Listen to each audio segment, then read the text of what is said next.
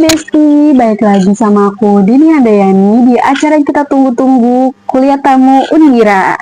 Nah, tema kita kali ini membahas tentang etika penyiaran. Karena dalam Undang-Undang Penyiaran Nomor 32 Tahun 2002, yang dimana untuk mewujudkan tujuan penyiaran tersebut, KPI, Komisi Penyiaran Indonesia, membuat P3STS, Pedoman Perilaku Penyiaran dan Standar Program Siaran. Nah, makanya acara kuliah tamu kita kali ini mengundang salah satu narasumber yaitu Bapak Ubaidillah, selaku Ketua KPI Pusat Komisi Penyiaran Indonesia. Nah, Besti, etika penyiaran ini masih berdasarkan Undang-Undang Nomor 32 Tahun 2002. Ya, yang dimana terkait perangkat norma hukum yang digunakan KPI untuk melakukan pengawasan terhadap penyiaran dan juga memberikan sanksi kepada lembaga-lembaga penyiaran yang isinya nilai melenceng. Nah, karena kemajuan saat ini, teknologi itu sangat membawa dampak yang sangat fundamental dengan munculnya platform-platform yang baru. Nah, seperti YouTube, TikTok, Instagram, dan lain-lain. Nah, karena munculnya platform-platform yang baru ini sangat banget mengubah perilaku kita dan juga cara pola berpikir kita. Karena saat kita nonton tayangan dan juga peran media sosial itu selalu mengalami peningkatan. Karena apa, Besti? Karena media sosial itu dapat digunakan di mana saja dan kapan saja. Namun sampai saat ini KPI belum punya wewenang nih untuk pengawasan penyiaran di media sosial. Karena KPI masih berwenang di penyiaran di televisi dan juga radio. Padahal ya banyak banget peran media sosial yang melakukan pendapat dan juga memberikan informasi atau membuat informasi yang gak sesuai dengan norma hukum yang ada. Menurut data Indonesia ID, bahwa peningkatan jumlah internet dan media sosial di Indonesia dari tahun 2012 bulan Januari sampai tahun 2023 Januari itu, dari pergeseran peningkatan ini membawa dampak yang sangat luas. Jika positifnya kita bisa bebas berpendapat, bebas ngasih informasi, dan juga bebas untuk kita buat konten. Karena kalau kita bikin konten yang positif, tentu aja Besti, kita juga mendapat apresiasi yang positif dari audiens dan juga dari media sosial itu sendiri.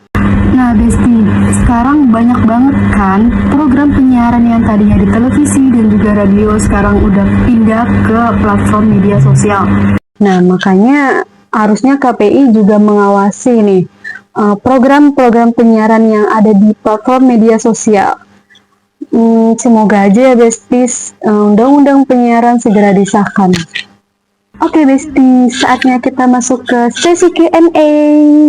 Nah, kemarin banyak banget nih email yang masuk berupa pertanyaan dari para Besti terkait tema kali ini. Oke, Besti, langsung aja aku ambil salah satu yang menurut aku menarik banget, yaitu dari Kak Arya Gading. Intinya, pertanyaan dari Kak Arya Gading ini menanyakan bagaimana nih pengawasan dari KPI terhadap platform yang berbayar seperti Netflix, Disney, dan lain-lain. Oke, Besti, langsung aja. Gimana ya tanggapan dari Pak Ubaidillah? Kita simak bareng-bareng yuk. Jadi terkait streaming berbayar model Disney dan tadi itu belum menjadi kewenangan KPI. Jadi Netflix itu belum menjadi kewenangan KPI. Meskipun dia siaran basisnya internet, belum menjadi kewenangan KPI. Yang menjadi kewenangan KPI masih terbatas TV dan radio yang terestrial. Jadi kalau Netflix belum, meskipun banyak sekali pengaduan ke KPI, bahkan waktu kami RDP dengan DPR Komisi 1 kita sampaikan itu belum menjadi kewenangan kami. Akhirnya mereka ingat, ya solusi satu-satunya segera disahkan revisi undang-undang penyiaran sehingga agar ruang kosong ini bisa diawasi boleh KPI atau yang lain. Jangan sampai masyarakat dibiarkan menonton tayangan-tayangan yang tidak sesuai, karena di Netflix banyak sekali tayangan yang sangat-sangat vulgar dan ini bisa diakses oleh siapapun. Kami berharap teman-teman mahasiswa kalau nonton tayangan itu selama dengan ADM-nya harus dihindari. Kalau biasanya di LPB itu ada parental lock ya, bisa dikunci tayangan-tayangan apa saja yang bisa dilihat sesuai dengan kemauan orang yang berlangganan. Tapi jauh ini memang belum menjadi kewenangan KPI. Memang orang sering mengadukan ke KPI, ya kita sampaikan memang itu belum menjadi kewenangan KPI. Kita masih terbatas sesuai undang-undang TV dan radio yang basisnya terestrial.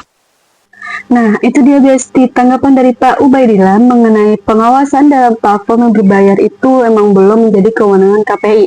Karena sampai saat ini kewenangan KPI itu masih dalam pengawasan untuk televisi dan juga radio.